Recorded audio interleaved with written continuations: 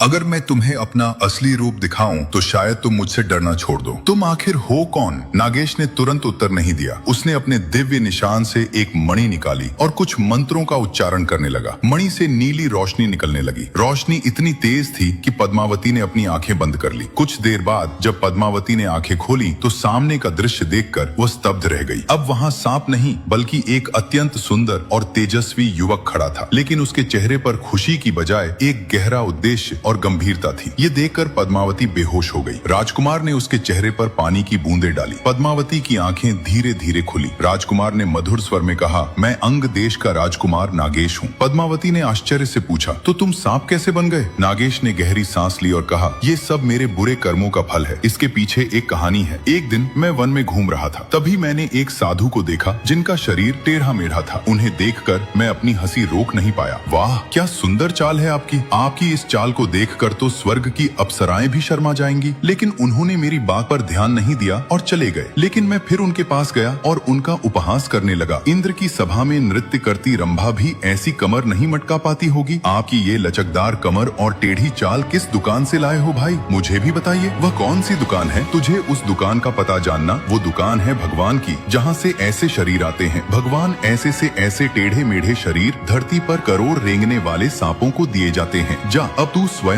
एक सांप बन जाएगा। उनकी बात सुनते ही मैं उनके चरणों में गिर पड़ा और उनसे क्षमा मांगने लगा। तब उन्होंने कहा, किसी का उपहास नहीं करना चाहिए। इस संसार में हर प्रकार के लोग होते हैं, कोई गोरा, कोई काला, कोई गूंगा, कोई बहरा। हमें किसी की शारीरिक दुर्बलता का मजाक नहीं उड़ाना चाहिए। क्या तूने कभी सोचा है कि इससे सामने वाले को कितनी पीड़ा होती है? मैंने अपनी गलती स्वीकार की। तब उन्होंने कहा, मैं अपना श्राप वापस नहीं ले सकता, लेकिन उसका प्रभाव कम कर सकता हूँ। यह एक मणि है जो तेरी सहायता करेगी, लेकिन इसी मणि में तेरे प्राण भी होंगे। अपने असली रूप में लौटने के लिए तुझे एक कन्या से विवाह करना होगा और अपनी सच्चाई 1 साल तक किसी को नहीं बतानी होगी। इसके बाद मेरा शरीर सांप में बदल गया। मैं जंगल से गौरी के पास आया। बस यही मेरी कहानी है। तुमने मेरी पहली शर्त पूरी कर दी है, अब बस दूसरी शर्त बाकी है। यह सुनकर पद्मावती की आंखों से खुशी के आंसू बहने लगे। लेकिन यह सब एक तांत्रिक ने सुन लिया, जो नागेश के महल के चमत्कार को देखकर सैन्य के रूप में वहाँ आ पहुँचा था। अब आगे की कहानी अगले भाग में।